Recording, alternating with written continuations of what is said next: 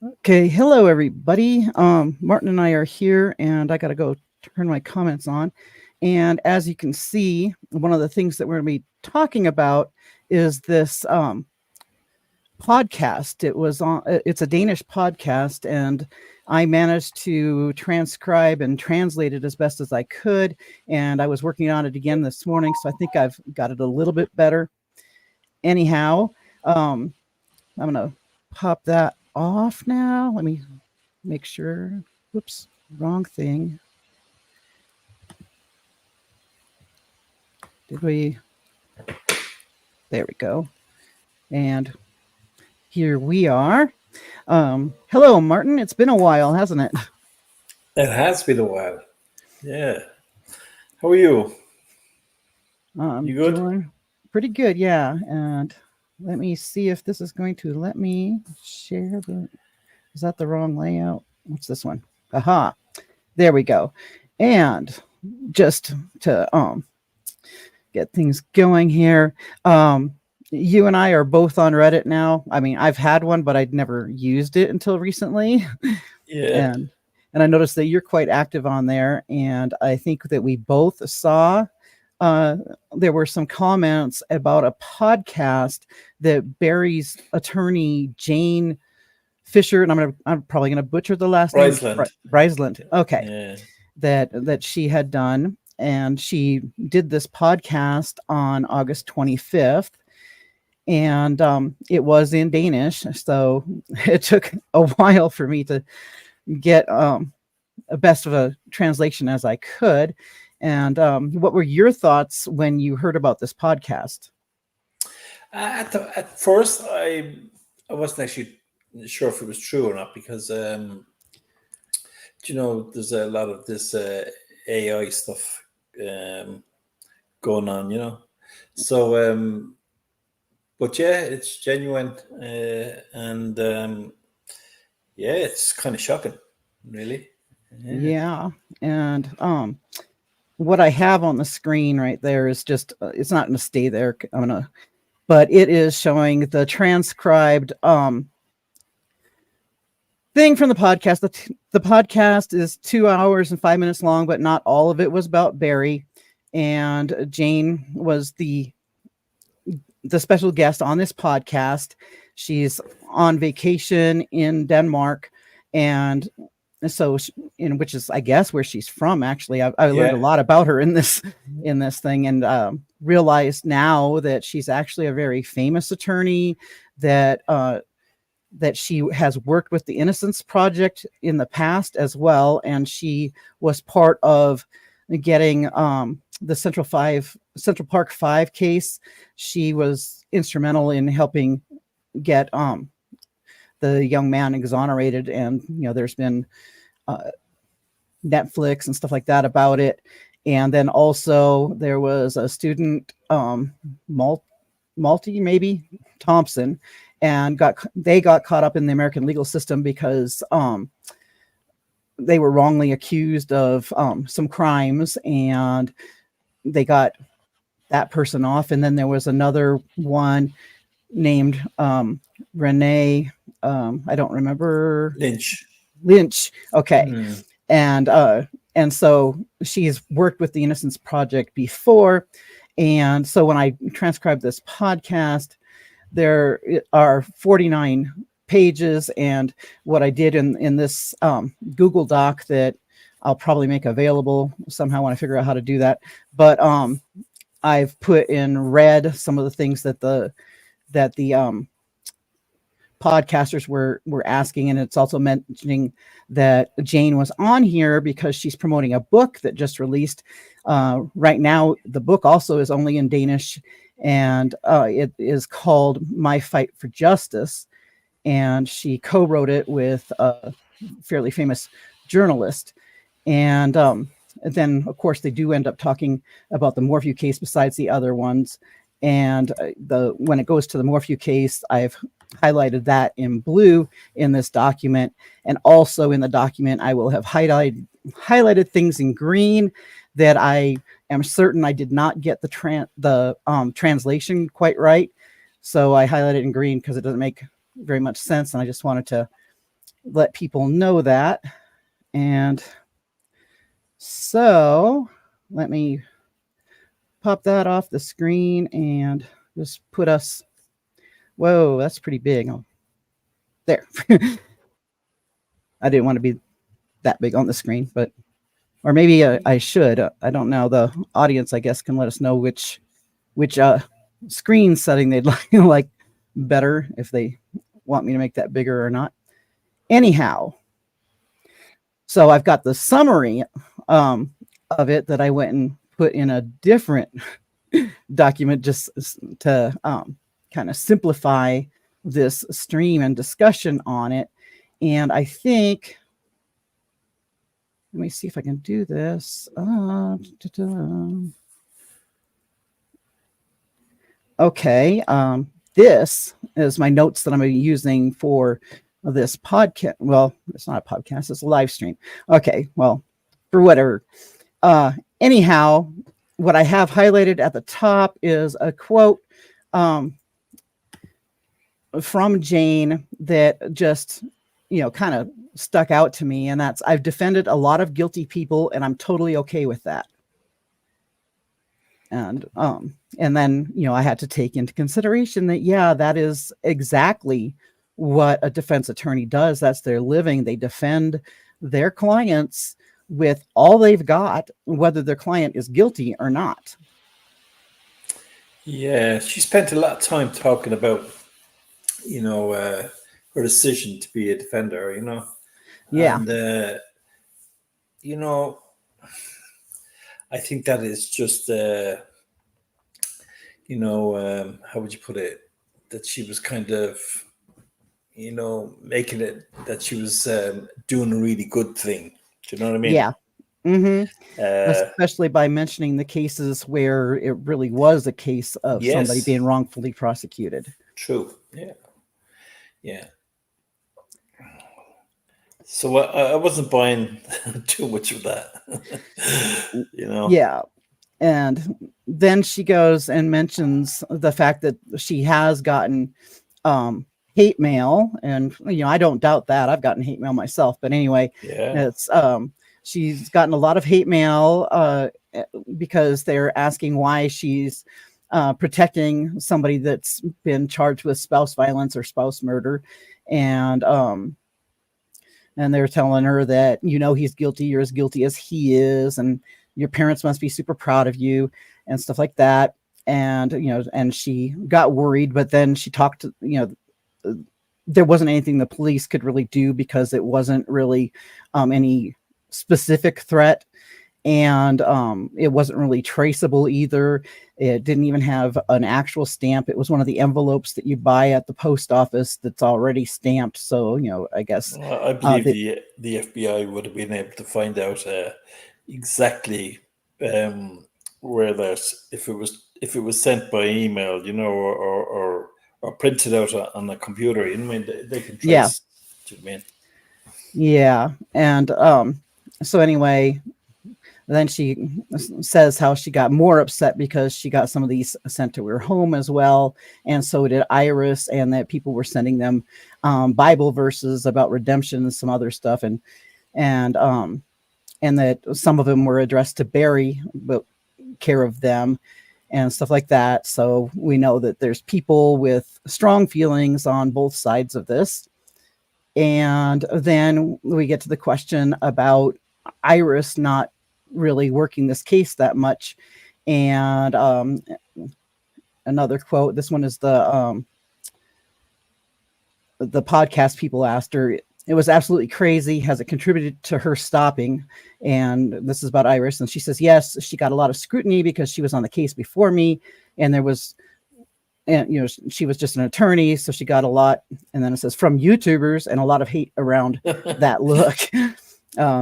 So yeah, there's the stuff about us YouTubers.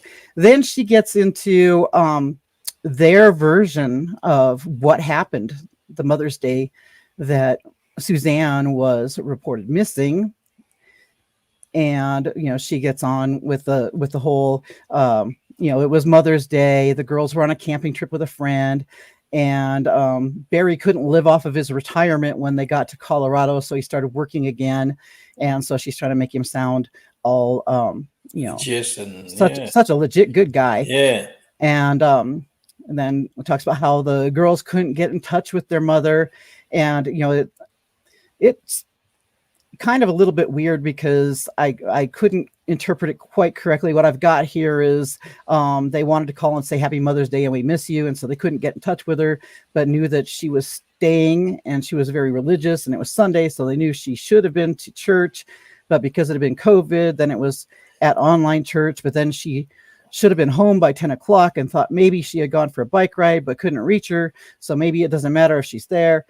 And then it goes, and they go over to the house, but I know that what she's talking about here is that they then somehow the neighbors got informed, but I think from the arrest affidavit we hear that Barry told the police eventually that the girls called him, and then he told the girls to call the neighbors, and then the neighbors went over and checked, and then the neighbors told the girls, and then that they couldn't get in touch, and then the girls called Barry, and then this big old circle of things, and then eventually Barry told the neighbors to call the police, but that's not in here. It's just saying that they drive on with the dirt road that goes to the neighborhood and they see her bicycle down the steep ravine. This is talking about the police.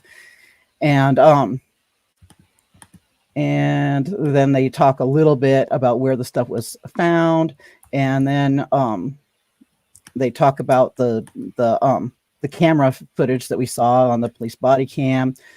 And then I highlighted part of what she said then is, this is where she's still trying to drive in the thing that they were persecuting Barry or something, because she says the only thing they know that he has driven to work and she has disappeared, and he comes back as fast as he can from his workplace, and he says he saw her. That is, they went to bed together. He also saw her in the morning, or she was still there when he left. And then doesn't he say, and she says, they ask him, when did you last see her? And she says, when she was sleeping in the morning. And she went to a lot of rounds to get certain points across, Mm-hmm. It didn't flow very well, and I know because when you translate something, it doesn't always flow. Yeah. But even so, this, given her version of this Sunday morning, Barry going to Broomfield, it's rubbish. Like Mm-hmm. the whole thing, it's Yeah. it's their little version, and then then she's attacking the prosecution for their version. You know what I mean? Yeah. But yeah, I had to laugh. I laughed going through a lot of this because I could see exactly what our plan is, and she's not not the sharpest tool in the boxes as far as I'm concerned. Yeah, she's you can really see what she's trying to do with this, and she of course skates over the information that this job was not a long-standing one. Yeah, he'd been talking about doing this job for a while, but the actual work order wasn't even official yet when he went to go do this job. The materials hadn't been ordered yet when he went to go do this job, and he went to go do this job on a Sunday when there was no work to be done because of noise ordinances and things like that. But like, who orders the material? You know what I mean? Yeah. It wasn't going to be Jeff Puckett. You know what I mean? It was going to be ordering the material. So and that was a very simple job with X amount of materials. And if he had really this planned, if it was a genuine job, all those materials would have been sitting there ready for them. Do you know what I mean? Exactly. Yeah. And then, of course, Jane's partner or previous partner or, whatever, Iris, the one that used to be the head of Barry's defense team, Iris went and said in her own paperwork that she filed. She says, "Oh, Barry booked the room a week in advance," but then she also says that Barry found out on the Friday that he could go through with the job, and Friday is only a couple days Yes. before the Sunday, so how could he have booked the room a week in advance if he didn't Yeah. even know that? 100% Jules. So there's a lot, and I highlighted another thing though that may be interested because yes, the arrest affidavit is huge and it's got a lot of quotes of when they were questioning Barry and stuff, and a lot of people are very upset about the manner of the questioning, and I'm wondering whether there is more that perhaps was more formal, or where they you put him on the spot a bit more or something, because she mentions we have almost 100 hours of conversations that they have with him. Yeah, I don't see 100 hours. Yeah, I haven't seen that either. No. I think there was a mention of 30 hours Yeah. of now they probably had pizza and stuff like that for some hours. Yeah. But no, I don't think there was 100 hours. I'm sure there's it mentioned somewhere that there was about 30 something hours of interviews. Yeah. So that was, an interesting thing that she mentioned there. And then another thing that I highlighted is that, after she did a whole lot of babbling about that and about the she mentions the DNA and all that stuff, and she mentions anesthetic.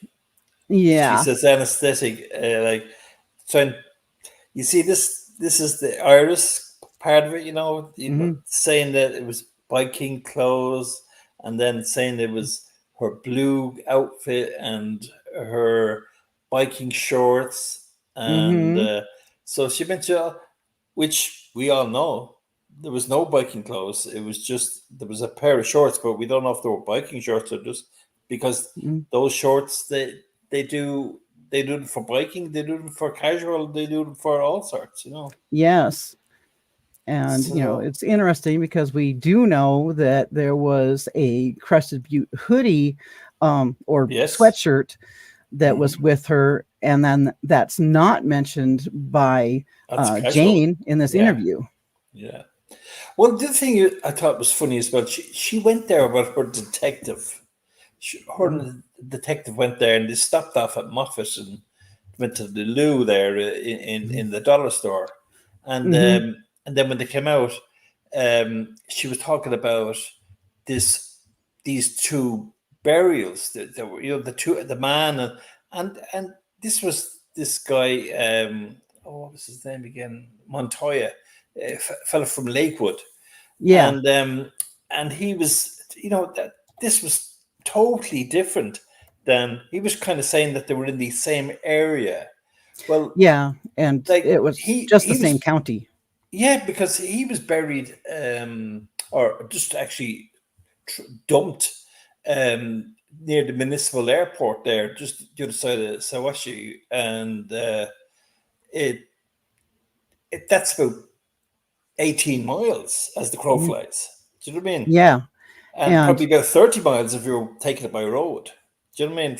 Yeah, and what was really driving me nuts, once I was reading what Jane was saying in her interview, is that she's claiming that they still don't know the identity of the guy and all this other stuff. But that was all open. It's that was common knowledge. That was in the papers at that time. Do you know what I mean? Yeah, and he had been killed elsewhere, Denver area, and brought Lakewood, there by someone. Bar. Oh, sorry, they went to a bar in you're right. He's from the Denver area or the Lakewood area, but they went to, I think, a bar in Denver, and then he was shot in his car. And then he was dumped up there, and they know the suspect and everything.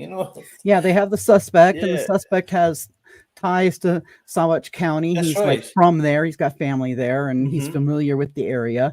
And that case is solved, and they've got it all in the bag, so to speak, and it doesn't have anything to do with Suzanne, and No. yet here's Jane trying to Yes. put that spin into it too, going, oh, but it's related. I thought the other one, Jules, was when they start, you can see that she's grasping, you know what I mean? Hmm. They're all grasping at straws.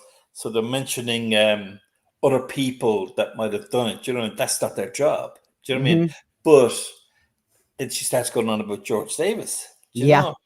And George Davis, Barry's best mate, you know what I mean? All of a Yeah. sudden, thrown in front of the bus, Big time. Big big time. time. There was a lot there. And then she's also mentioned, that the DNA on the clothes, she doesn't know the results of those because she has not been given the complete autopsy. They've been given some of the information, but it doesn't have to be released to her because there's no, Yeah. there's no prosecution against her, There's no case. her client yet.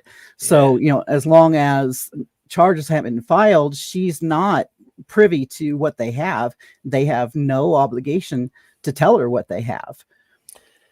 And you've got that. That's just brilliant. The fact that they're not entitled to any more than what we are. Do you know? mm-hmm. So, they're kind of rubbing the salt in, and Kelly and her team. You know what I mean? Mm-hmm. Kind of rubbing the salt in, saying, "Yeah, well, it's a cold case," and which means that you're not entitled to this. Mm-hmm. And that's killing them because they don't know what direction it's going to go and what information they have and all that, which is great. Mm-hmm. It's the boot is on the other foot kind of thing, because in the original arrest, as we all thought that it was too early. Do you know what I mean? Mm-hmm. And they were playing catch up from the start. Do you know what I mean? Yes, exactly. And there was just so much information that they had to send, and they couldn't keep on top of it. But that I love this now, is that they're stewing. Do you know what I mean? Mm-hmm. Yeah. And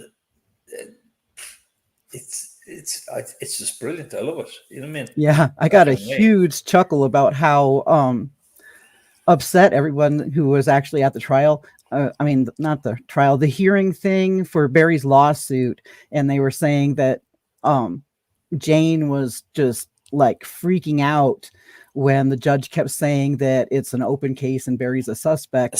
And she's like, no, it's a cold case. And then Ann Kelly, and he dropped, she got interviewed by local news stations and stuff, and and she even responded in email, so she put it in writing, which makes it that's a very valid thing when you get something in writing. And she said in writing that cold case does not mean what Jane thought it meant at all. That cold case just meant that there was nobody currently charged in the case, nobody currently being prosecuted, and that through the victims' rights bill here in Colorado, the next of kin needs to be informed of the investigation, of what's going on, but only of major developments in the case, and that, they don't have to tell him anything other than whether or not an arrest is coming. And, and he'll, and then you can infer that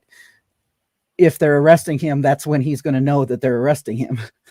And the funny thing about that is, Jules, like, she's one of these high, important super lawyers, you know what I mean?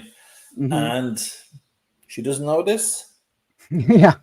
No, that's bullshit. You know what I mean? Yeah, I think she's trying to get sympathy. Oh, going, yeah.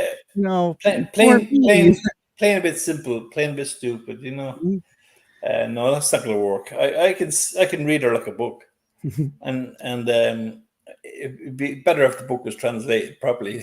But I could read her at the same time.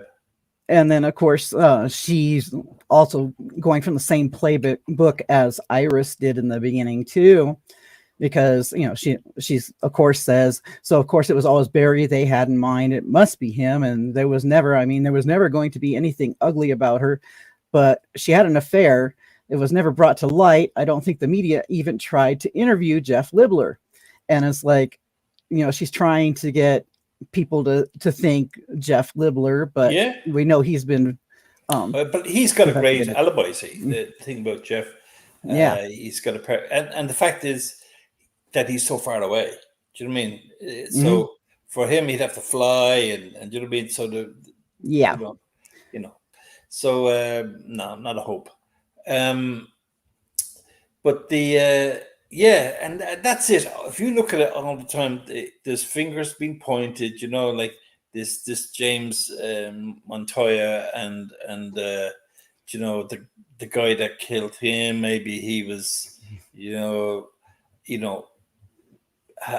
because he shot him, he might have went all the way to another 130 miles or so down to Salida and just shot some random person. You know what I mean? Yeah. And I just happened to have some BAM. You know what I mean? Yeah. And the BAM thing as well. On about that what's the name? Because he's in with the parks and wildlife, George, Hmm. that he would have access to BAM or access to Barry's BAM. Yeah. You know, And that's like pretty funny too. they're stretching out. They're like an octopus, like spreading out everywhere, every opportunity of getting anybody. Like he's after blaming everybody, including God, all Suzanne's family and friends, and Hmm. then some of his work colleagues. There was Jeff Puckett. There was so many people. Now he's going through his friends he had who Hmm. are disowning him now. So he's throwing them under the bus now. You know what I mean? Yeah, exactly. And it just also seems pretty ironic to me that here Jane is, here the defense is talking to the media, being on a show and all that, the stuff that she um, hated about Linda Stanley. But she's doing the same thing, putting this out there, but from the defense's side, trying to work up sympathy for her client and stuff like that. And it's just like, and this is part of her You promotion tour for her book. you can And see she hates Linda. oh And she doesn't yeah. even know Ann Kelly. And she said Hmm. that, oh, yeah, she's a nice lady. And Yeah. yeah, I just thought it was funny. Like, you know what I Hmm. mean? It's just the way she has no idea. But Yeah. she's kind of sucking up to Ann Kelly. Hmm. Um, but yeah. But like if I could give Jane about 6 or 7 people names who are tied to Barry, who are right next to where Suzanne's remains were found. Do you know? Yeah. We must do that probably next week or another week. We must expose all that. You know what I mean? For Yeah. Jane. And it's just funny that she would even think that to implicate someone who is a close friend of Barry's or something, that somehow that completely exonerates Barry. Yeah. I don't buy that for a second either. If he had accomplices, he had accomplices, but I don't think for 1 second that Barry was innocent in this. No. And No. He might. There is a chance he had an accomplice, maybe. You know what I mean? yeah, But maybe to help with the remains, maybe. or maybe even to help with the communications and that end of it. Yeah, like what I've always thought is that if he had accomplice, it was probably accomplice after the fact, or maybe somebody that was kind of Yeah. knew a little bit about what was going to happen, but not all the details. Yeah. Yeah. Right But there. It could have been after the fact, and then again, there's one person there that could be before the fact. yeah. Do you know what I mean? Uh-huh. But But anyway, we'll see how all that turns out. Yes. And then it was interesting. I highlighted a spot where she says about that dart gun thing that we know didn't have anything to do with this, and it's just interesting that she happened to say it has not worked for several years because it was rusty, but isn't that what they're still holding on to is what the Like Barry handed him that gun. Yeah. And then Do you know what she yeah. Yes, if they put it on, then it turned out that it wasn't the one he used. He had done it with a cannula, which is a syringe, and a needle. And and it's like it's just funny because of the way that it's translated. I mean, she's probably saying that they're alleging that, but it just comes out that he used a syringe and needle, and it's just interesting. But I just thought, like, the way she must think everybody's so naive that Barry hands over this cut up rifle, long gun that's only 8 inches long or whatever, and it looks like that it's been at the bottom of a river somewhere, and hands it over with a sight on it that's tied down with 2 cable ties, and said, "This is my chipmunk gun." Yeah, that's the one I was using that day. Oh yeah, running around teaching the children. Do you know what? It's just laughable, And then this is her defense. So she did go on about the which is crazy as well, which with Kevin Hoyland and whatever like that, when he was talking about the static drift, and and look, that is pretty embarrassing for the prosecution, but that's all going to change now. You know what I mean? Yeah, the but whole thing will change. Yeah, and that's not what the current prosecution would be going from. This is that's from a case that's not happening anymore. Any charges filed is totally different, and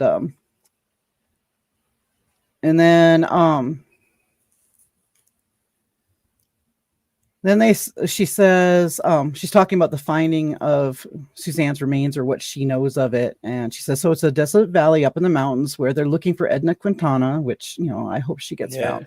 Anyway, they have a tip that she's near the trailer in the wasteland, and then they start digging for her, but they obviously find Suzanne, and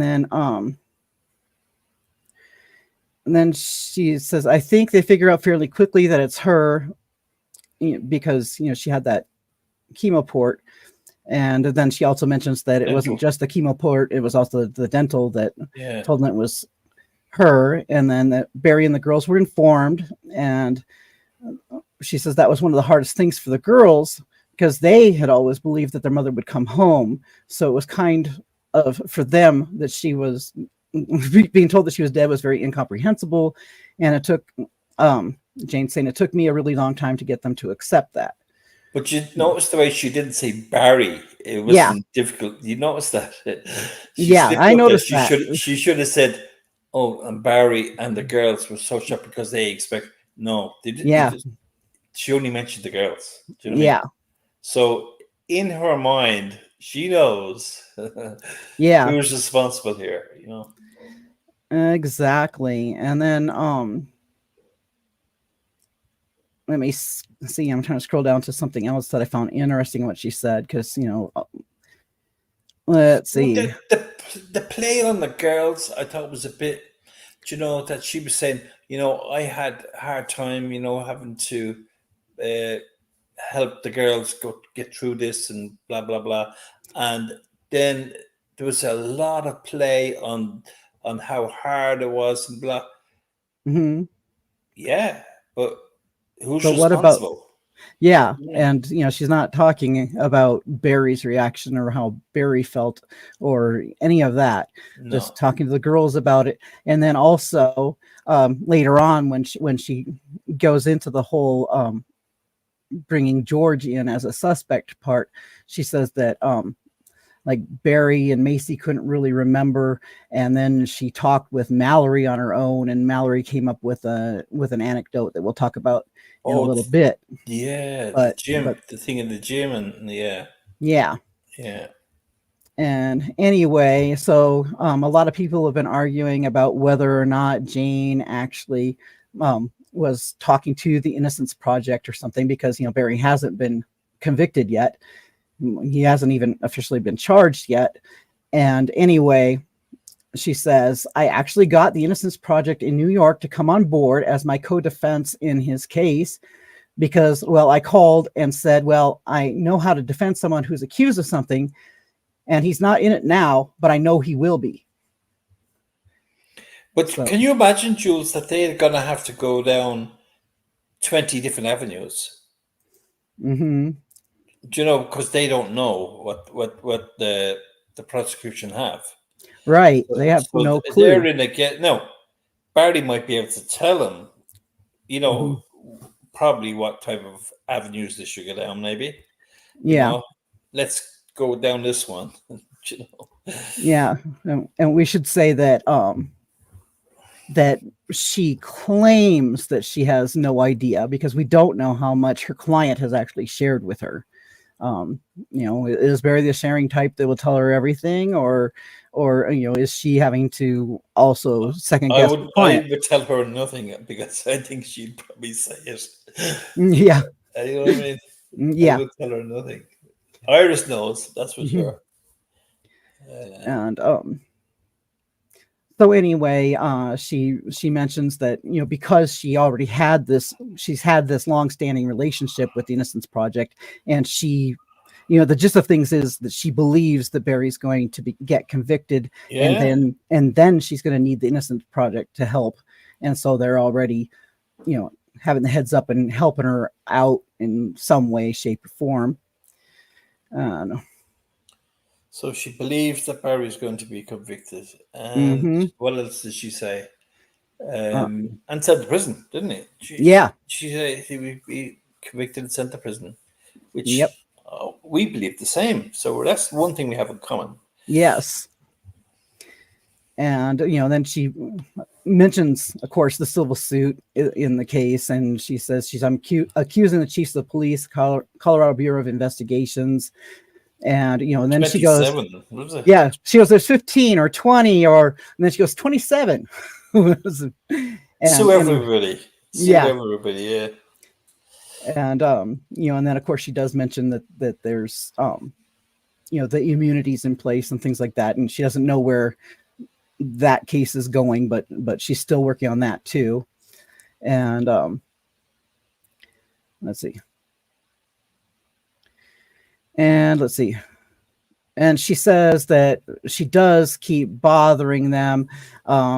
She says she wears them out about something every single week on purpose because she wants to know what's going on. And then she goes, well, that's more of a backstory, because they found her, and then they told us to notify Barry and the girls on September 23rd. And then she goes back and forth about what's going on. And let's see. They were demanding stuff, you know what I mean? Like, this was like they had the funeral home booked and this and that, and then the penny dropped, and I think then they didn't want the remains. Yeah. I mean, so they wanted them to mind the remains. Yep. I'd say there's a couple of reasons why they didn't want the remains. Number one, they're not going to want a funeral. Do you know what I mean? Where everyone's, there's people watching and all the hype from it. Yeah. So yeah, like it's an awkward situation for Barry. Do you know what I mean? Yeah. Not the girls, but for Barry, it'd be an awkward situation. Yeah. And yeah, it was probably his decision that, as well as Iris's, to let them keep the remains. And then she was saying, "Oh, will they look after the remains?" You know what I mean? Yeah. because she's seen them or something like that. It was probably that video. She's seen them in the field. You know what I mean? Where they Mm-hmm. weren't wearing their Tyvek suits or whatever. Yeah. So would they look after it? Would they have no choice but to trust them? You know what I mean? And but they're going to get their own people to check out the bones, to check out that there was the balm in the bones, and blah blah Mm-hmm. blah. So yeah, that'll be interesting. You know. Yeah. And I'm trying to find that now. Um, let's see. She talks more about the lawsuit again, and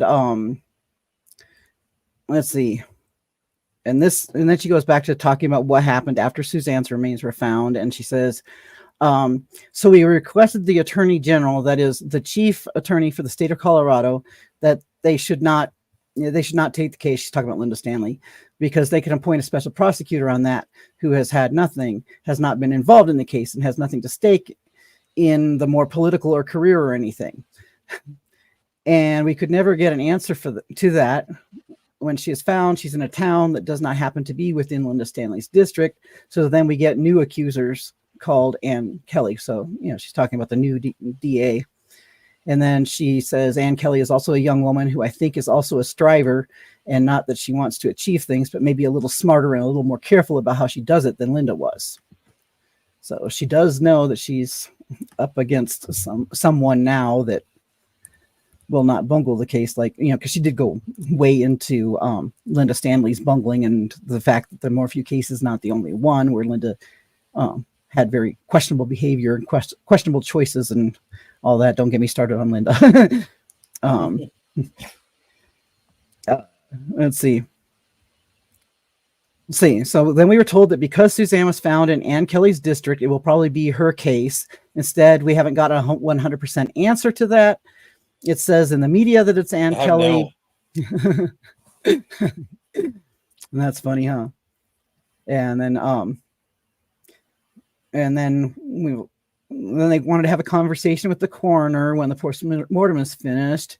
And then she mentions the fact that coroners are also elected, and she's going on about that and how you didn't actually have to be,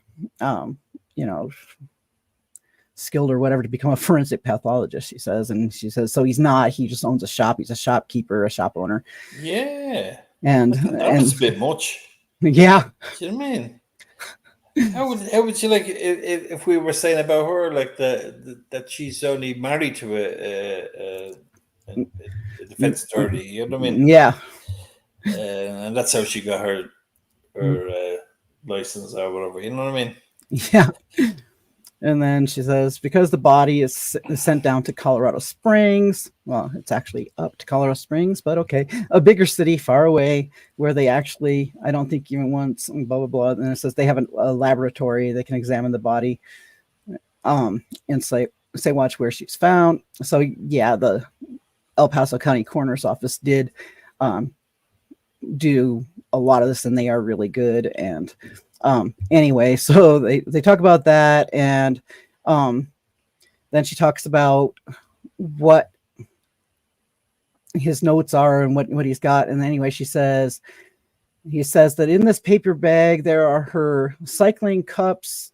I'm not sure what that clothes. That's clothes. Oh, yeah, clothes. Clothes. Yeah. Thank you. I did decipher a good few bits of this. But, Thank you. Yeah. So cycling clothes and her cycling blues and her cycling shorts. Yes. And then she says that they go on that, and then she's let's see, where'd they go? Then is it when she starts talking about that then she called Iris, and Iris told her to tell Barry and the girls not to pick up the remains because they're going to need them to do their own autopsy, and they don't want to break the chain of evidence or anything. Yes. So they want to leave it in the hands of the police that the remains have to be there and all that. So there's no way for them to then throw shade on the Yes. independent autopsy that they are now trying to do themselves. And, they're So trying to they're get people locked to do away that. safely. Yeah. Not like the Karen Reid case now. Yeah. And let's see. And but she did get, and I figured out it was she's saying Ann Kelly here because I had it Yes. in green. Where's I was like, what? But anyway, then she talked to Ann Kelly, and she's rather miffed that Ann Kelly was telling her for the last 6 months that it's a cold case, and that a cold case to me means that there are no suspects. And then she says, no, that's not what a cold case means. So a cold case means you have suspects, but not enough to charge them. And that's the first thing I've heard, and I've subsequently given up. So anyway, she says, but I say, is Barry a suspect? And then she's told, we cannot say that. It's an ongoing investigation. We cannot say that. And she says, I'm sitting there and I'm like, like, what the F, right? And then she says, then we end that conversation. So that's when she talked to Iris, and they decide that they can't take possession of the remains. And then they had a big runaround trying to make sure that nobody picked up the remains, that they had to stay in the custody of law enforcement. And it also seems that she was also suspicious of law enforcement or whatever, because she didn't know what they were going to do if Barry did show up in person to retrieve the remains. And, that was another thought on the back burner. And she was accused. She actually accused them of some of the same players in the lawsuit that were handling the remains and trying to make out like that they might have done something. You know what I mean, with this BAM or whatever. Yeah, like that's a bit much now, isn't it? Yeah, and she straight up does say that she thinks that they've done something and all that. So that's interesting. And so she's saying that she's really upset that she doesn't know what all's in this autopsy report, and that's another reason why they have to run their own autopsy and everything is so that they get their own answers, so that she knows whether or not to believe, I guess, the official autopsy. And she tried to hire NecroSearch, but NecroSearch said that they only work for law enforcement. That's right. You've seen that. Yeah, I didn't realize that. And she's like really mad that they don't consider her to be equal to law enforcement. And whoever it was working, she was talking with, was giving her the runaround and loved it. You know what I mean? Yeah. And then she says that she later found out that the person that she was talking to at NecroSearch that was giving her the runaround is actually someone that's assigned to this current investigation into Barry. Yes. And so she's a bit mad about that too, I guess. And then she does mention that it was for her, it was like being kicked in the stomach when she sees that it says that it's a murder, but it doesn't say specifically how the murder took place, but that it was in combination with the BAM. And she mentioned the bullet. She mentioned the bullet. And she mentioned also that somewhere that the BAM didn't kill her. The anesthetic didn't kill her. But right, you say that. It's hard to say that because the whole thing is the BAM is it's a tranquilizer, so knock you out, and then it could kill you later on. Do you understand me? Do the cause of it could be asphyxiation from the way she was stored, maybe. Do you know what I mean? Yeah. You know what I mean? But you wouldn't know.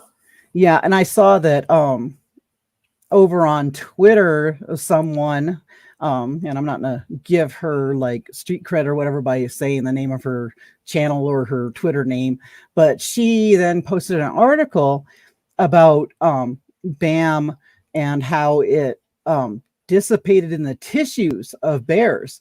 But what she's not understanding is that because it was inside the bones in Suzanne, that it passes first through the tissues and through the liver, gets processed and everything before the circulatory system takes it into the marrow. So, it's just ridiculous to say that because it's not found in tissues after, 10 days or something, that it couldn't be in her bones. And it was on the end of the long bone, the femur. You know what I mean? Mm-hmm. So that, I think, from something I read, is a good place for it to be found for some reason. Mm-hmm. So I don't understand why or whatever, but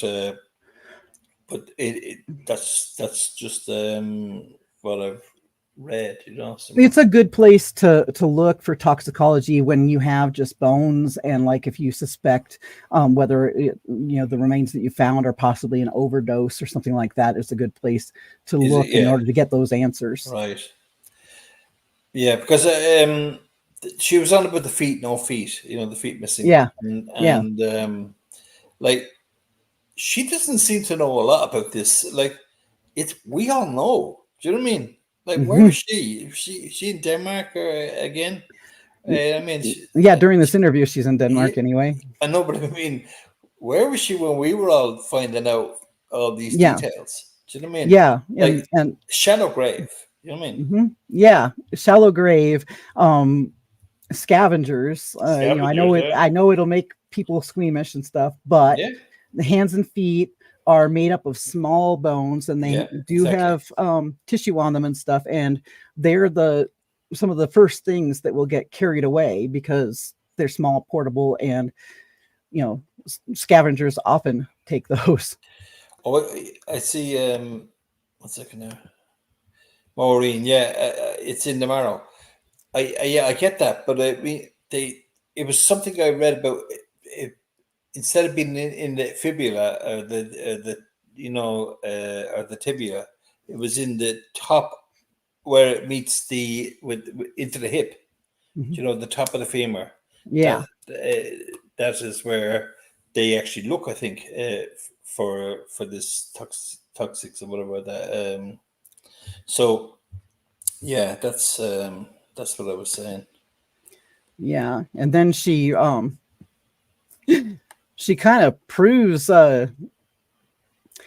theories that a lot of us have in her way of trying to exonerate Barry, but we know it doesn't exonerate him, because she goes, the autopsy report also says that she was found in her cycling clothes. She was found in her cycling clothes, and it does not fit with the fact that he killed her on Saturday when she was lying out in the garden sunbathing and chatting with her boyfriend, because then that would mean that he killed her and put her body in cycling clothes and threw the bike over the hill and took her somewhere else. And this cannot be at all, because she goes in GPS and mileage on the car and on his phone and saying that he was never down there and so on.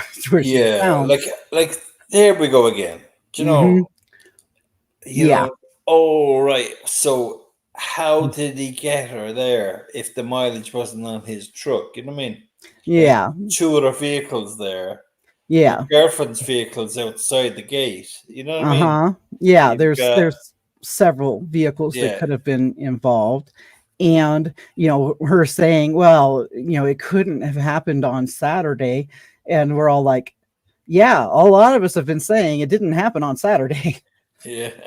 I was saying the same thing. Yeah. I could tell you what day it happened. So there was another thing there about that George Davis you were going to say about the conversation with Mary. Yeah, I'm trying to get to it. It's down here towards the end, I think. Yeah, she does. Let's see. It's after she mentioned that about the bullet that was found with the remains, and that they can't tell her or they didn't test it, is what she says. because she doesn't know anything about No, the bullet either. welcome to our yeah. And so she says she needs to get in her own scientists and stuff because she's not going to know until there's a trial, and until there's charged, and then they have to give her evidence, and she wants to know before then. She's talking about fundraising and stuff like that. Is she talking about bake sales and stuff like that to get money together for Barry? What's she all about? You know what I mean? Yeah, and the Innocence Project is going to donate and stuff, and let's see. So they have to do their own autopsy. They have to do their own investigation. They figured out that they're also going to have to bring in their own botanist because they know that that the soil was collected. They know that they had a botanist running tests on the all the plants and whatnot that were around Suzanne, and she wants to know too what that means, and if it means that she was reburied or anything like that, and she wants to know, but they don't have to tell her. And she came up with a theory about Suzanne was buried up at a summer house. Yeah. Where's that summer house? I don't know any summer house. No. Yeah, I was wondering too. I've got that highlighted in green now because I was like, what the heck is she talking about? Yeah, that could be a mistranslation as well. Yeah. But the other thing was, do you know that thing that they were kind of saying about the James Montoya, that it was Edna's, they were looking for Edna's body when they came across his body. Yeah. And then when they were looking for Edna's body, they came across Suzanne's body. Do you know what I mean? Yeah. I think Edna's been kind of used as well as protecting people, like the guy who grassed up the fellow who killed James Montoya. Yeah. You know what I mean? And is it easier to turn and say, oh, well, we were looking for a missing woman that was in this area and we just came across this body.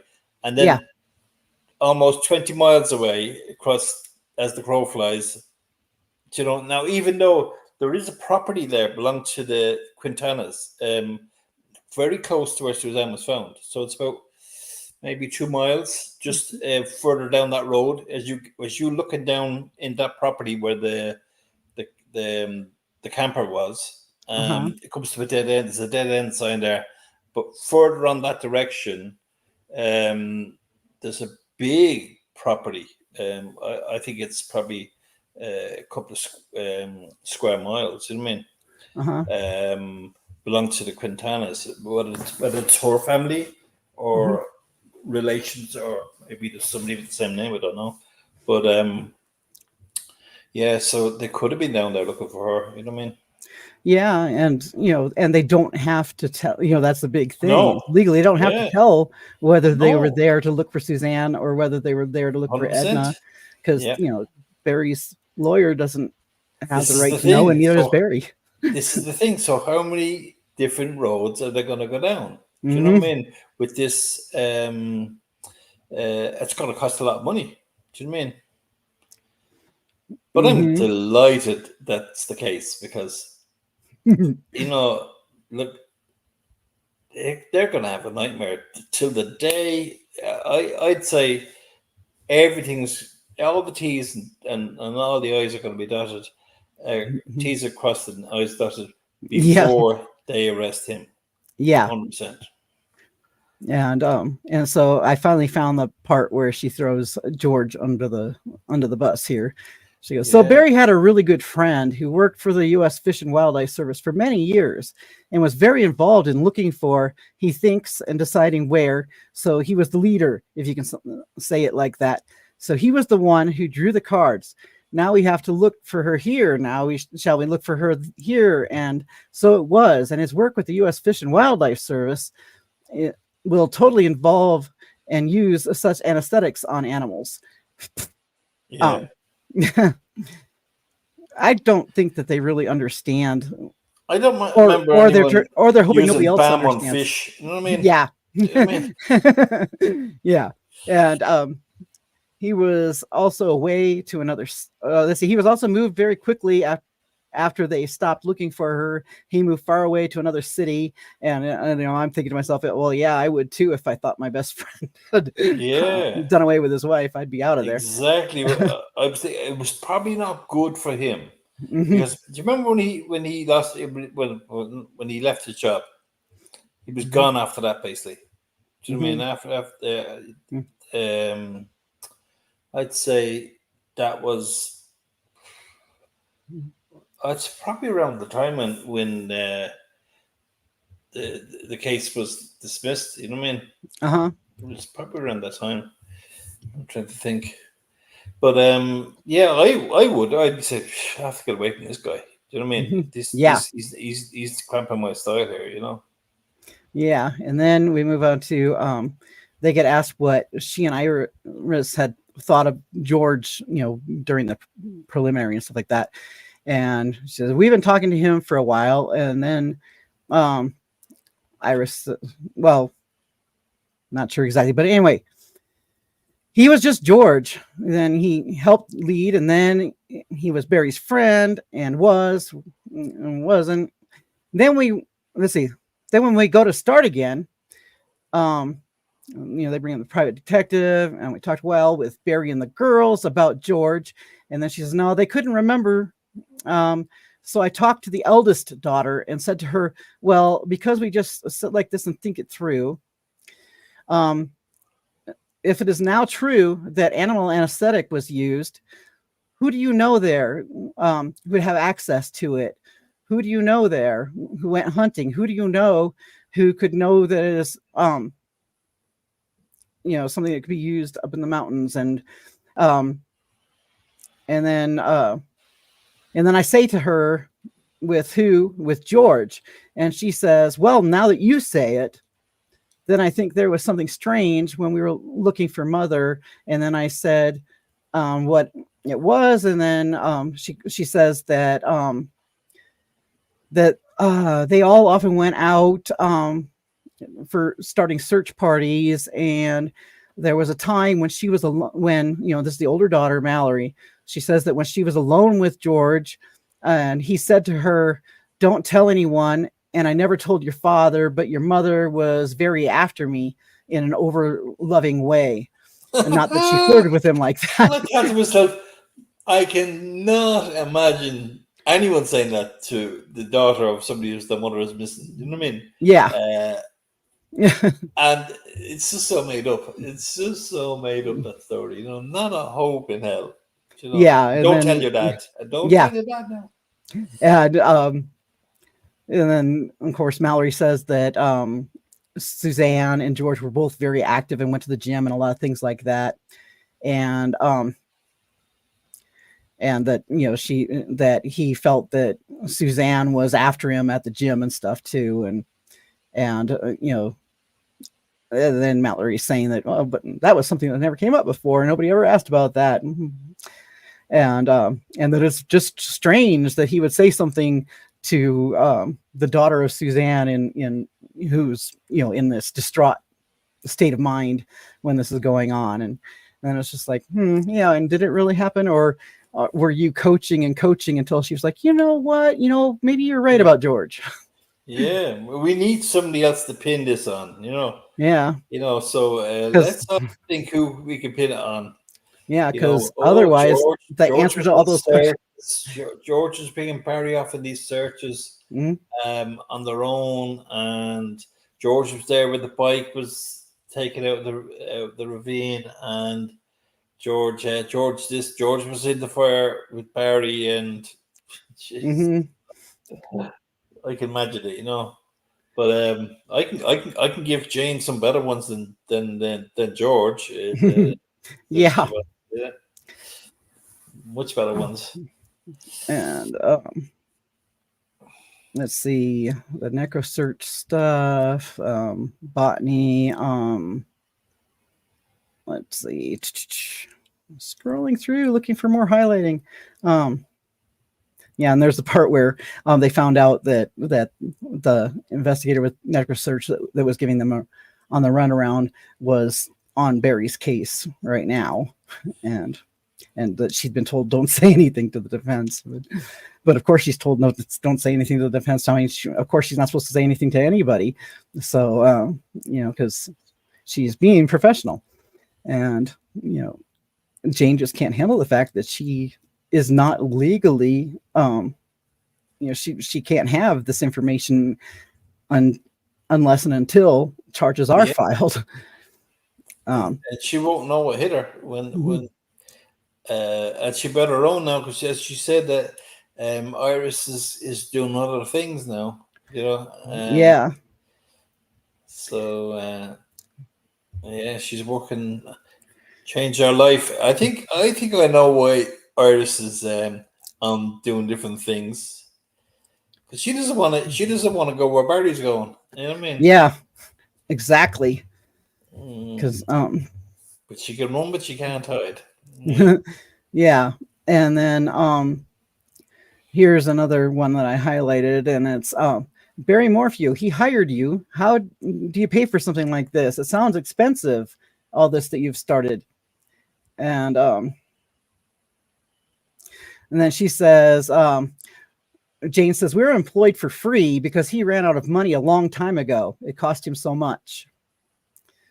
And, well, I'd actually believe that, because in my head, I worked out what his finances were, what money he was going to get, and even including Suzanne's money and whatever.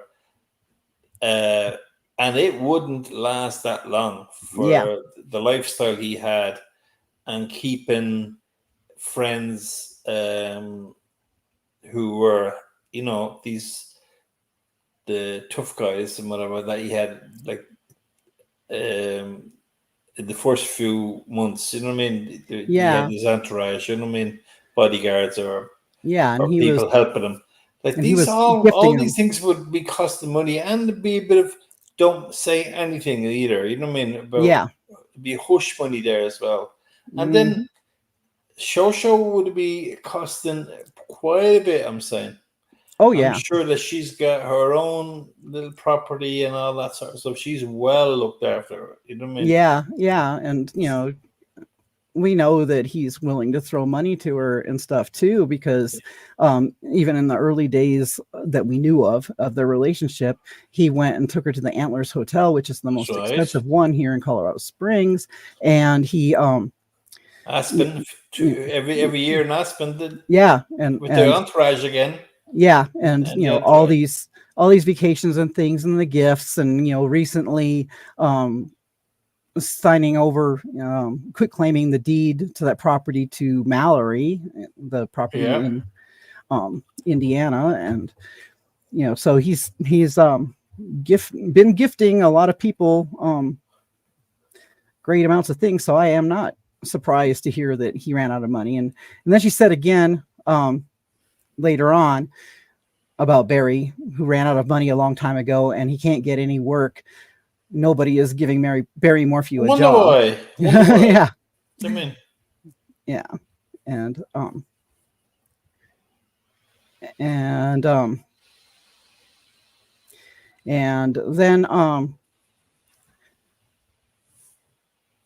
then she talks about that she did talk to Barry, and that he said, I thought that, when they found Little, it would be over and I would be free and be able to live an okay life, when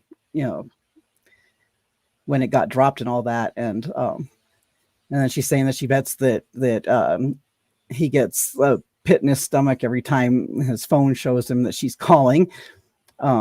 Yeah. And, I hope he's going to pit in his stomach anytime his phone rings, no matter who's calling, because he's going, yeah. But, and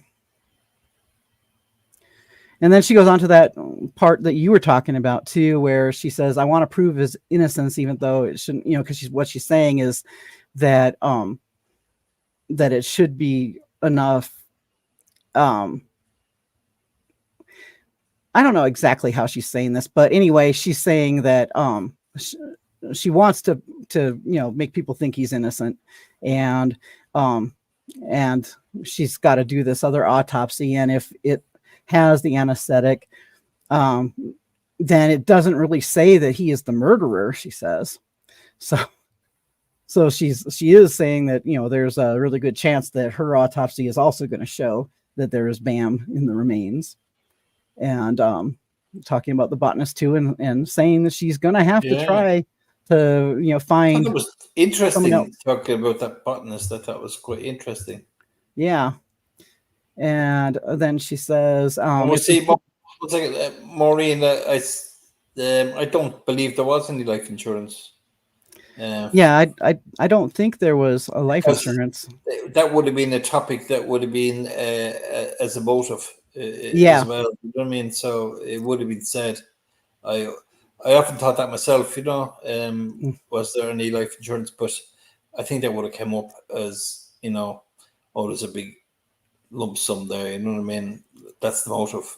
But I don't believe there was. Yeah. And so then we know something else that she's going to try to go for, because she says what's really important is whether it's only Barry's DNA on her clothes, and if it's not, it would be really good for them if there was somebody else's DNA on Suzanne's clothes. And, you know, because no matter how degraded DNA is today, it's still sensitive enough that they can see whether it's male or female and stuff like that.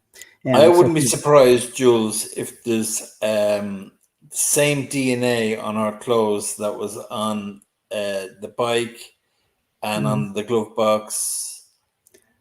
Yeah, I wouldn't be surprised either. I wouldn't be one bit surprised, because that. And I love this, because she was on about the same thing about the DNA and everything, and like we're saying this till we're blue in the face that it was a partial match. It was, so, and I think I know who this all came from, because because you know Scott Banks, who does the bike guy. Yeah. So well, he's from Arizona, right? Oh, so he could be related to somebody in Arizona. Yes. So okay. It could be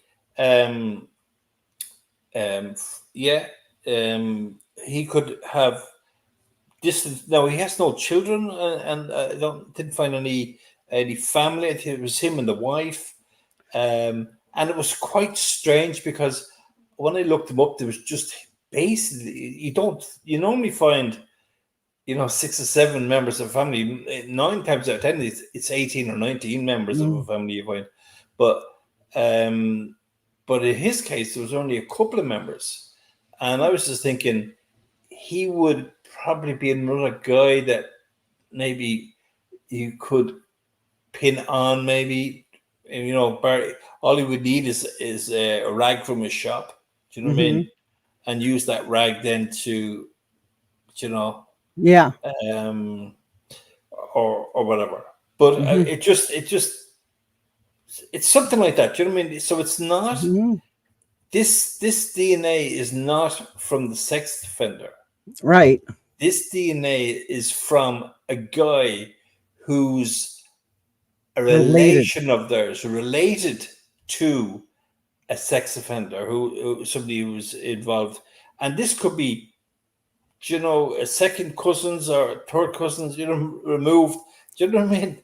Or like sixth and stuff like that, because you know, I did the ancestry thing, and I've got like 6 cousins and stuff like that popping up. And so like, I'd say, I'm not going to say it out loud. Oh yes, I will. There could be murderers in my family. You know what I mean? Go back through the years. You know, you don't know. You know what I mean? Yeah, same here, because you don't know who all your relatives are. With the way DNA can go, you wouldn't know them. Exactly. This is the thing. There's a chance that this could be off somebody like that who used his, you know, whatever way they gathered that DNA and then put it on a cloth and had his glove and dusted it around here and there. Yeah, we don't know. We don't know what happened, but then we're not stupid to think that when you talk about it and you would think about it, and you say, why the big hullabaloo? The hullabaloo is because everyone loves this. Once they hear DNA, they say, "Oh, but we have DNA on their bedclothes or whatever like that," and people don't understand it, and Yeah. that's why they can keep shouting about it. You see them on Facebook, these nutcases, and Hmm. they keep bringing up the same thing about the DNA and all that, but they Yeah. don't want to listen to the facts. To me, Yeah. so. And then the interview went on to, does it matter to you whether your client is innocent or guilty? And does it matter to you if it turns out that Barry did it? And she says, no, not really. Yeah, I thought that was And good. Yeah, she and don't she said, care. I will defend him in the same way. Yeah, And but she said earlier on really earlier on, she was talking about different cases, and it was some guy that was beaten up or something that was framed, mhm, and she was saying, at that time there was a question asked about defending somebody she knows who's guilty, and she said about she has to defend them. Do you know what I mean? mhm, But it kind of does bother her sleeping, when she knows that they're guilty. But yeah, you see, these she was a public defender she wasn't getting big bucks. No, she was getting the big bucks. mhm, yeah, All of a sudden her morals have been diluted. You know what I mean? yes. And then she's asked, and this is the thing that surprised me, is that they said, so are there some people you won't defend? And she said, Donald Trump. Oh That's about yes, it. And that surprised me because of of what Ann Barry Kelly being said. Oh yes, and that's Barry right. being A trumper. Yeah. a total Trumper, and that And what Ann Kelly said. Did you remember what Ann Kelly said? I don't remember what she said. What did she say? Oh, she made some remark about Trump to her when she was on about the cold case thing, and this was on Denver. What's the name? Had it up. Oh God, what's her name? McKinley. Oh, Carol McKinley. Carol. She had it up on her thing, and there was a quote from Ann Kelly, and it was something about Trump. And I just thought, well, yeah, she's watching what's going on here. She's seen all this stuff. She knows. Yeah. And you're right. That she's defending somebody who actually tried to vote twice for Trump. Yeah, tried to use Yeah. his dead wife's ballot to vote for Trump. Yeah. So, This guy's got no morals whatsoever, mhm. you know. Yeah, You know. it's I feel just sorry. I feel sorry for those two girls. I do. yeah, I know. It's. It's when you kind of say that, people attack you and they say, "Oh no," but when you think that somebody's been like this for years, do you know what I mean? Do you know? They believed all of this, and I think now they're older, and I think they're getting wiser. hmm yeah, and I think that's why the description of the conversation with Mallory, where Mallory came around and then said, "Oh yeah, George, kind of Yeah. weird kind of thing," is that as she's hammering this into Mallory, who would have Yes. access, who does this and that. I mean, number one answer in your brain's got to be, daddy. And, Yeah. and then so she's like, then she has to straight up tell Mallory, George. And then Mallory said, oh, well, now that you Yes. mention it. Yes. But there was a description of them as being in the gym and being fit and all that sort of stuff. I thought to myself, God Almighty! But George and Barry would love that. Yeah. You know what I mean? And yeah, and George and Barry were always working out together at George's house too. So Yes. It's quite a Bro, interesting thing going on there with romance. yeah, the bromance and how even Barry seemed to be throwing George a bit under the bus from the beginning too, because what was always coming out of Barry's mouth would be, oh well, George said this, or or just allude to my buddy or whatever. But it was easy to figure out that it was George that he was talking about. My buddy did this, my buddy says that, and my buddy told Yeah, me that the bike was found there, my buddy told me about this. And um yeah, and like like when you look on the Sunday, the day that um, she was reported missing, after that call, when Martin Ritter made that call, um, some of the George was included in some of those calls. There was two calls from George to Barry. oh Yeah, and then we had also, well, there was loads of people like John Speasy had about 9 calls mm, with Barry, which was I mm. thought was a bit odd. And That's then pretty, yeah.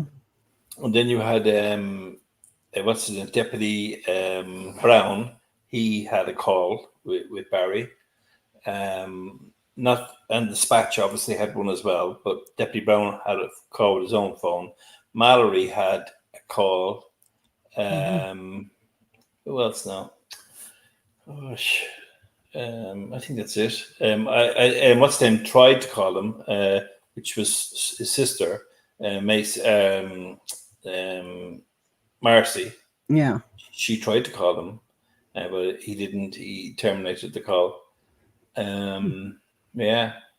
So, but there was 2 calls there. But George was as well using his two-way, is Mhm. what is CB radio, or whatever they call it, the communicate the fire on the fire frequency, I think. Um, so yeah, Has anyone figured out what frequency the fire radio frequency is, and how far it travels? Because well, I he know that, was like, only that time he was somewhere close to Buena Vista. Um, that time when he called them, mhm. um, he wasn't that far from there anyway.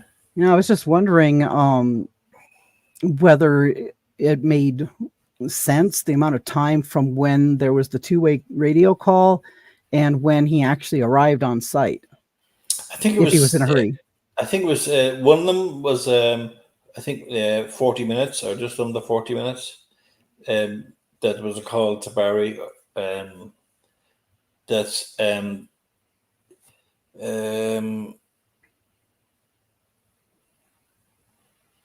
well, that's what George said, I think, and it was wrong because Mm, Barry had already. They rang Barry at 7:10 mm. and said that they found the bike. They wanted to know what colors it was, whatever, you know. Yeah. So that was um, that call. I think that was Deputy Brown, or maybe it was Dispatch, but I think that was 10:07. So that's the time they found the bike, because we seen it on the body cam. Mm. Um, yeah. The other thing she said as well about, she mentioned about that the cops already knew that Barry was, they'd already made up their mind he was guilty, because on the body cam you could see them talking about Mhm. they didn't say Barry was guilty on those. They just thought it was strange. Well, Yeah. they're entitled to think things are strange, aren't they? Yeah. Just mean that they're uh, because it was strange. Like when they said that he was it was last pinged off the Poncha Tower, Mhm. at between after 4 in the morning. You Mhm. know, Yeah. um, yeah, and that would have been, he, for whatever reason, he thought that was strange. You know. Yeah. And Barry acted strange in the beginning, and he had those different stories that were also strange. And it, and what would also probably seem strange to them is that Barry had the neighbors call them to Oh, report her as a do you missing know person. that was brilliant by Barry, Mhm. because Barry, like the last thing that Barry wanted to do, because the type of person he is, the last thing he wanted was all these people, you know, like you Mhm. see, as soon as he gives information on that, himself and George are going like two little kids, and they're Mhm. scuffling off down the road, down by the bridge, and they're Uh-huh. saying, where you go, Barry? Where you going? Where you guys going? And they're saying, oh, we're going looking in the creek here, or whatever. And Mhm. do you know, you wouldn't be doing that. Yeah. You'd be saying, you'd be running around saying, come on, what are you doing? Where's everyone standing around? My wife is Yeah. out here somewhere. Do you know what I mean? He was like, oh, come on, my best friend George, we're going to go look at the creek, might catch a few fish. Do you know what I mean? It Yeah. was totally wrong body language. That's from my point of view. Yeah. And We guessed a lot of it mhm. before Mhm. we seen the body cam, but Mhm. my God, when we see the body cam, we were saying this is so clear. Do you know? Yeah. The getting out of the truck and saying, "Oh, you found the bike? You found the bike? Where? Yeah. Where? Where? Where? Yeah. Down And he's here? looking right Oh, where the down the bike was yeah, found. parked where um the Yeah. Directly where the bike across. was. Where he Yeah. parked that morning, throwing the bike down there. You know what I mean? Yeah. And then George is telling him, but less than a minute, it's about 50 odd seconds. He mentions the line. Hmm. 50 seconds after he gets there, he has his wife dead and dragged and eaten in Yeah. 50 seconds of being there. That was the big red flag, Yeah. you know. But there was the other ones, the young kid Miles, he was brilliant. Oh yeah. Macy's boyfriend, Miles Harvey, Yeah. fabulous kid, and just the way he was cool, and he was thinking right and everything, and the whole family, the Harveys, I thought, hats off to them. They had the pictures there, and they were Hmm. great help, and they were saying that no, she wouldn't go up that hill. Do you know what I mean? Yeah. And just the look on the Yeah. Harvey family's faces Yes, when when they they see the found out where the the bike bike was was there. and everything. They're just like, Yes, you could just tell that they're like, oh no. yes, 100%. Yeah, and then when he mentioned the line, when you want to see what's mom's name? Can't think. Well, Miles' mother, she puts her hands into she had two pockets on her top and around her stomach. And she puts the hands in, and she's holding herself, and she takes a jump backwards Hmm. when he said mountain lion. And Yeah. the She's like, words lion, and then next thing mountain, and the next thing was, I want to go to my husband, and I'm like, Jules, yeah. Oh, they're at the house. Barry says, they're probably at the house. yeah. And You she's just could like, I, tell yeah. that she knew at that instant. She was just after hugging them and everything. And Yeah. 50 seconds later, or 40 seconds later for her, because she came up afterwards. Hmm. And She knew. she immediately needed to get away from Barry as fast as she could and over with her family for, Yeah, support or whatever. But, she knew right then and there that 100%. Barry had done something horrible. Yeah. Oh, yeah. Because because you don't people don't look. I've been in that situation where I've met parents who lost kids, and they don't know the child is dead, and you don't know, and but I remember the the the way that person's talking to me, and I'll have it till I die, Hmm. and that's not how you react when you Yeah. love the one. Your heart is broken. You can't hide it. Do you know what I mean? Hmm. You Yeah. know in your heart, so there's something really wrong. You don't know for a fact, but you feel it, Hmm. and he's there worrying about the bloody bike, and then talking about a mountain lion, and then whinging for a bit, crying, and then happy, giving his license and blah blah blah, all normal, and then back kind of whinging a bit more. It's also false. Yeah. I'm glad it was on a body cam. Yeah. And then also, a big piece that lets you see how phony Barry was from the beginning was, that Tyson Draper video. And, I'm not going to go into, details about who Tyson is or anything like that. Yeah. But he talked to Barry, and Barry started telling him about how the bicycle was laying and where it was found and everything.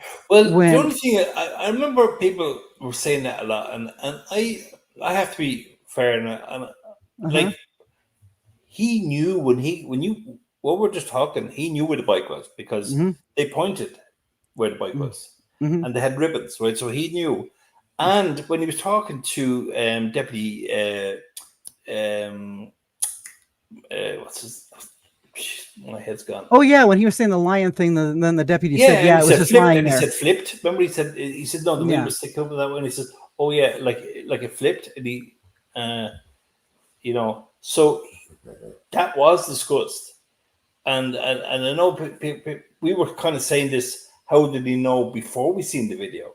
So that's kind of in your head then, you know what I mean? But afterwards, I thought about it, says, but he did know because we seen it on the video.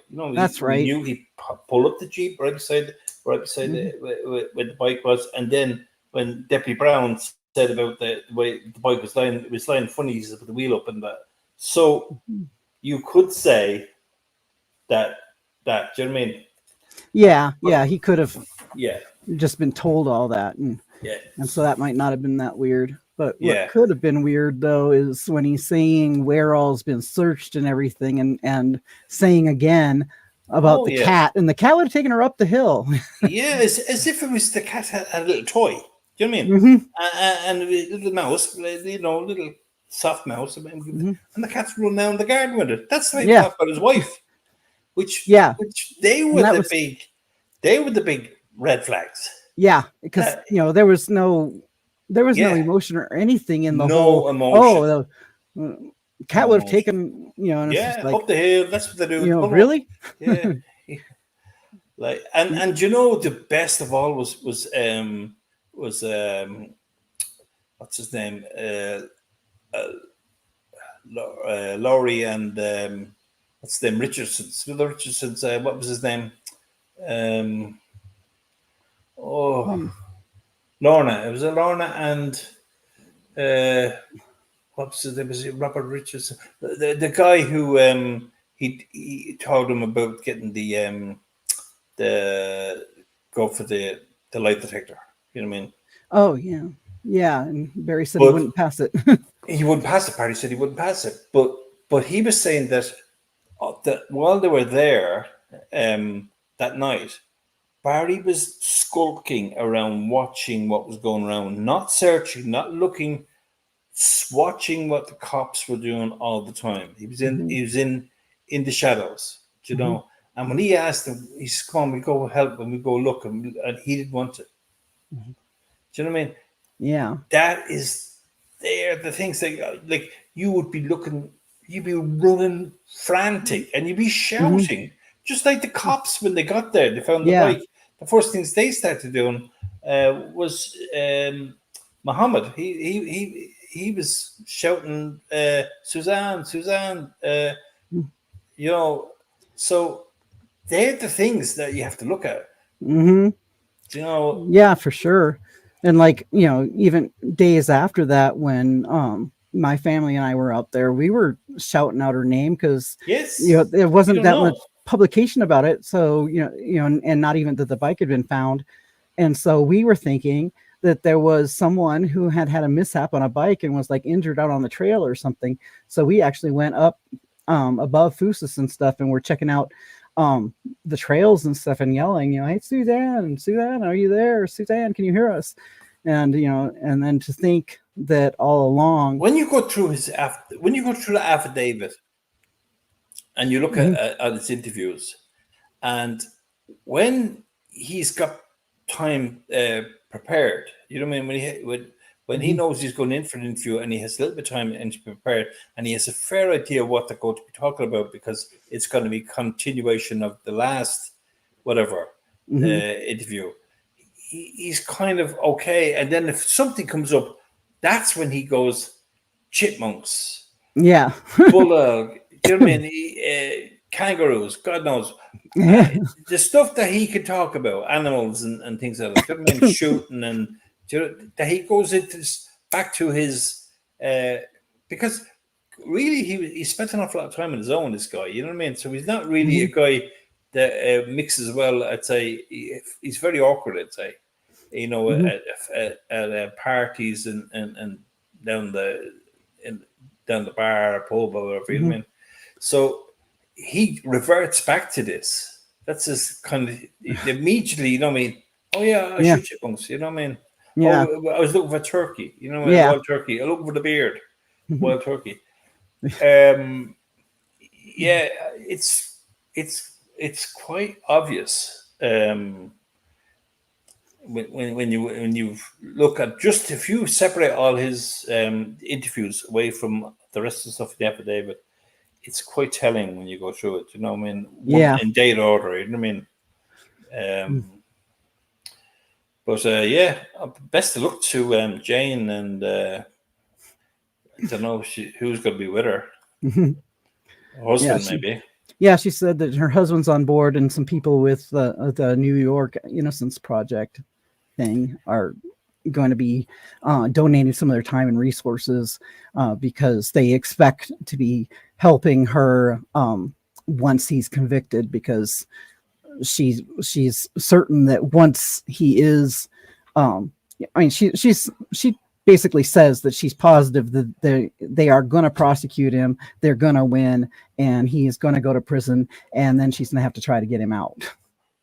Yeah, well, she knows, because I'd say Iris is the one that probably told Barry to get stuff ready, and get get the in liquidate your assets. You know what I mean, or put them in Mallory's name. You know what I mean. You will need money or whatever that. You know what Mm-hmm. I mean. So yeah, he knows what's coming. He just doesn't know when. Neither do we really. So just pray it's go. I think they'll have to sort this the lawsuit first. You know what I mean? Because if, Yeah, as you say, if somebody does, there is a deposition. You know what I mean? That'll be yeah, brilliant. Do you know what I mean? That'd be like, I'll be waiting. yeah, for I'll be sure. staying awake for weeks for that one. You know what I mean? Mhm. Because And speaking of staying awake, I guess you're up pretty late, so I guess I'll call this one, we um can, yeah, we can, and yeah, we can talk again soon. I love yeah, talking to you, and I'm sure everyone loves hearing from you. Don't you guys? yeah. I swear, I see a load of people here, all the same people. We know them all. Do you know what I mean? Yeah, All the same friendly faces. And yes. I've missed the chat again now. You see, this is the thing Yeah, I missed I the chat just, too, so yeah. um So so I'll be going back over. Oh, and there's been some super chats and stuff too that I noticed. Thank you guys. I was totally into the thing and not really paying enough attention to this. I'll be looking at it and getting back to you guys and all that. Thank you so much for being here with us, and we'll see you actually, again. yeah, if you put them in the chat, or in the comments, afterwards, um, we'll answer them. You know what I mean? Yeah, yeah, we will. So any questions and stuff like that, and then we can then address them next time we get on here, which I hope is not too long from now. Yeah, but do you know what, Jules? I was saying that we could uh, we could have a chat maybe during the week if you wanted to get Google Maps up, and also the so what assessors up, and plot these people. I have them all on my maps, but my Google Maps is gone. I can't open it now because there's so much stuff on Suzanne Morphew. Mhm. that it just crashes every time I open it now. So I have to kind of start deleting stuff off there, but I don't know what Okay. to delete off. You know what I mean? Because Yeah. you know what I mean. Everything I have on there is kind of important. You know. Yeah, it But is. but even if I'm looking for something in around here, around Ireland, do you know what I mean? I open it for about a minute and it's starting to crash. Yeah. So, yeah. Yeah, so we'll have to get that put together and yeah, because that's got some interesting stuff. Yeah, we could have a chat about that, and because nobody's knows all the stuff that we have, Yeah. you know what I mean, and we might as well put it out there. Might be good for Ann Kelly and anyone like that. Yeah, that's true. And Yeah, yeah, definitely. So yeah, because we, contrary to what some people have tried to say, we are trying to help, not trying to muck no, up anything. So thank no, you everybody. Thank you, Martin, and yeah. see you next time. Thanks, folks.